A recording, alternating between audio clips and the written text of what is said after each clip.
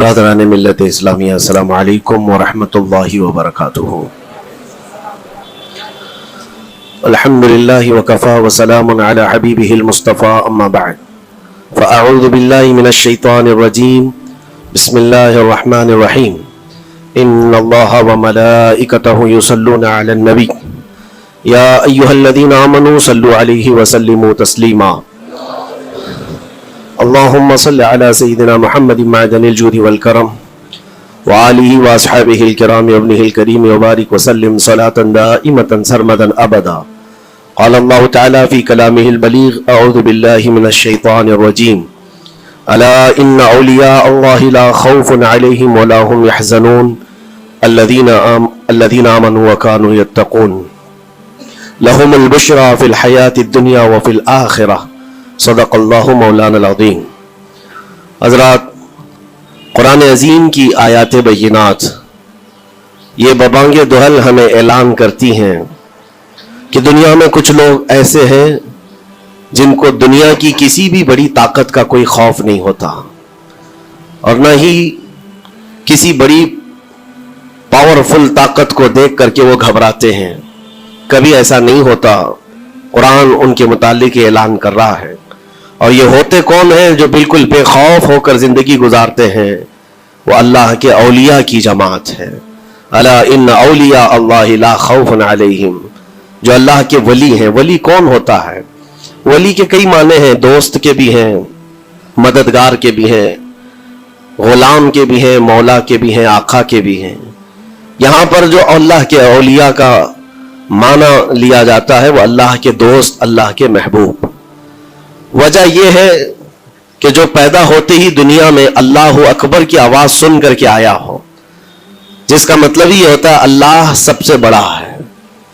جب بھی ہمارے گھر بچہ پیدا ہوتا ہے، کسی بھی مسلمان گھر میں، اس کے کانوں میں سب سے پہلی جو آواز ہم دیتے ہیں وہ اذان کی، اللہ اکبر اللہ اکبر، اللہ سب سے بڑا ہے، اللہ سب سے بڑا ہے۔ اور مسلمان کی زندگی جب ختم ہونے کو آتی ہے، ہماری روح نکل جائے اور ہمیں کفن دے کر جنازہ لا کر امام کے سامنے رکھا جاتا ہے، امام پھر ہمارے جنازے پر سب سے پہلی تکبیر جو باندھتا ہے اللہ اکبر کہہ کر، اللہ سب سے بڑا ہے۔ مسلمان کی یہ زندگی اس بات کے بیچ میں ہے کہ آیا تھا دنیا میں اللہ اکبر کہتے ہوئے، اور جا بھی رہا ہے دنیا سے تو اللہ اکبر کہتے ہوئے۔ جو اللہ کو سب سے بڑا مانتا ہو تو پھر دنیا کی کون سی ایسی طاقت ہے جو اسے خوف زدہ کر سکے، اسے کون سی طاقت ہے جو ڈرا سکے؟ لیکن بہت سارے ایسے ہیں کہ غفلت میں آ کر کے وہ کسی اور کو بڑا سمجھ لیتے ہیں، کبھی حالات کو بڑا سمجھتے ہیں، کبھی تخت و تاج کو بڑا سمجھ لیتے ہیں، کبھی طاقت و قوت کو، فوج کو، نظام کو، ان کا رعب اپنے سینے پر ڈال کر کے جینے لگ جاتے ہیں، جبکہ اللہ تعالیٰ فرماتا فلا تخشوہم واخشونی، ان سے مت ڈرو، مجھ سے ڈرو۔ اللہ کا خوف جس کے دل میں آ گیا، اللہ اس کو ہر خوف سے آزاد کرتا ہے، ہر خوف سے آزاد کرتا ہے۔ ہم ہندوستان کے جملہ مسلمان جتنے بھی ہیں، ایک مرد قلندر، مرد درویش، سیدی سرکار معین الدین حسن چشتی غریب نواز کے اس ہند میں رہتے ہیں۔ ظاہر سی بات ہے کہ ان کی سیرت ہم سب کے لیے ایک بہت بڑا مشعل راہ ہے، بہت بڑا نمونہ عمل ہے۔ آپ کو پتا ہے غریب نواز کو ہند الولی کہا جاتا ہے۔ وجہ یہ ہے کہ ولی کا ہندوستان ہے، یہ نہیں ہے کہ ہندوستان کا ولی، بلکہ یہ پورا ہند ہی ولی کا ہے۔ دربار غریب نواز سے ہندوستان کو جوڑا گیا ہے، سلطان الہند بھی کہا گیا، سلطان الاولیاء بھی کہا گیا۔ لیکن جانتے ہیں ان کے آنے کا راستہ اتنا پیچیدہ تھا۔ وہ سن 583 کی بات تھی، 583 ہجری چل رہی تھی، جب آپ حرم کعبہ سے نکل کر مدینہ طیبہ جا رہے تھے۔ اس وقت آپ کی عمر تقریباً 45 سال کے آس پاس کی تھی۔ نہایت ہی عبادت گزار، تقوی شعار، 20 سال اپنے پیر و مرشد کی خدمت کر کے وہ حرم کعبہ میں پہنچے تھے۔ 20 سال کے بعد جب مسجد نبوی میں گئے تو عجیب سی کیفیت تھی۔ سلام کیا رسول پاک صلی اللہ علیہ وسلم کے دربار میں تو جواب قبر انور سے آیا، وعلیک السلام یا معین الدین شیخ البر والبحر، اے معین الدین تجھ پر میری سلامتی ہو، اللہ کی سلامتی ہو، جو خشکیوں کا بھی اور تریوں کا بھی تجھے امام بنایا گیا ہے۔ اور آواز یہ نبی کریم صلی اللہ تعالی علیہ وسلم کے دربار سے سننے والی آواز تھی۔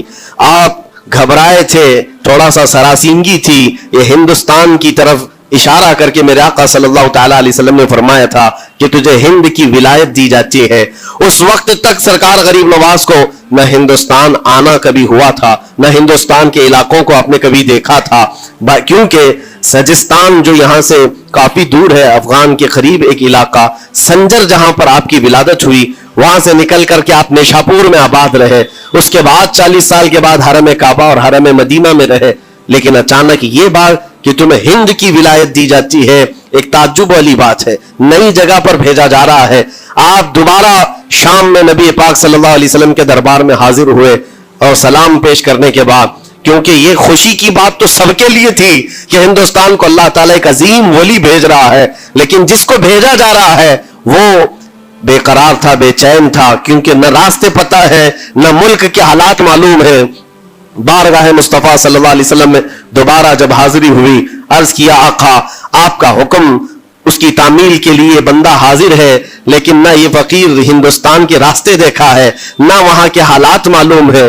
حضور پاک صلی اللہ تعالیٰ علیہ وسلم کے دربار میں یہ اپنی بپتا سنا رہے تھے، داستان غم سنا رہے تھے، غنودگی طاری آ گئی، یعنی نیند سی کیفیت آ گئی، اور بارگاہ رسول صلی اللہ علیہ وسلم میں ایک دیوار پر ٹیک لگا کر جیسے ہی آپ کی آنکھیں بند ہوئی، رسول کریم صلی اللہ علیہ وسلم تشریف لائے اور اشارہ فرما کر پورے ہندوستان کے نقشے آپ کے سامنے کھول کر رکھ دیے، اور پھر غریب نواز کو یہ بتایا بھی کس جگہ سے تمہیں سفر کرنا ہے، کیسے تمہیں جانا ہے اور کہاں تمہارا مسکن ہوگا۔ سرکار غریب نواز فرماتے ہیں اس ایک خواب میں میں نے رسول کریم صلی اللہ تعالیٰ علیہ وسلم کے ہاتھ میں اجمیر کے پہاڑ بھی دیکھ لیے، وہاں کے قلعے بھی دیکھ لیے تھے جو موجود تھے، اور اس کے بعد پھر کس بات کا خوف ہے، کس بات کا ڈر ہے؟ جنہوں نے راستے بتائے ہیں وہ ہادی رسول، وہ ہادی عالم ہے، نبی پاک صلی اللہ علیہ وسلم آئے ہی ہیں پوری کائنات کو راستہ دکھانے کے لیے، اور جنہوں نے غریب نواز کو ہند کا راستہ بتایا ہو، پھر ڈر کس بات کا؟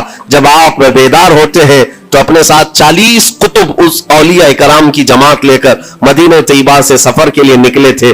میرے عزیزو، اب بات یہاں آتی ہے، اسی لیے مدینہ طیبہ سے یہ پورا پلان ہوا ہے، مدینہ طیبہ سے بھیجا گیا ہے، مدینہ طیبہ سے پلیسمنٹ ہوا ہے، اسی وجہ سے آج تک تاریخ غریب نواز کو عطائے رسول کہتی ہے۔ عطائے رسول ہے، رسول اللہ کی عطا ہے، ہندوستان والوں کے لیے خاص عطا ہے میرے آقا صلی اللہ علیہ وسلم کی۔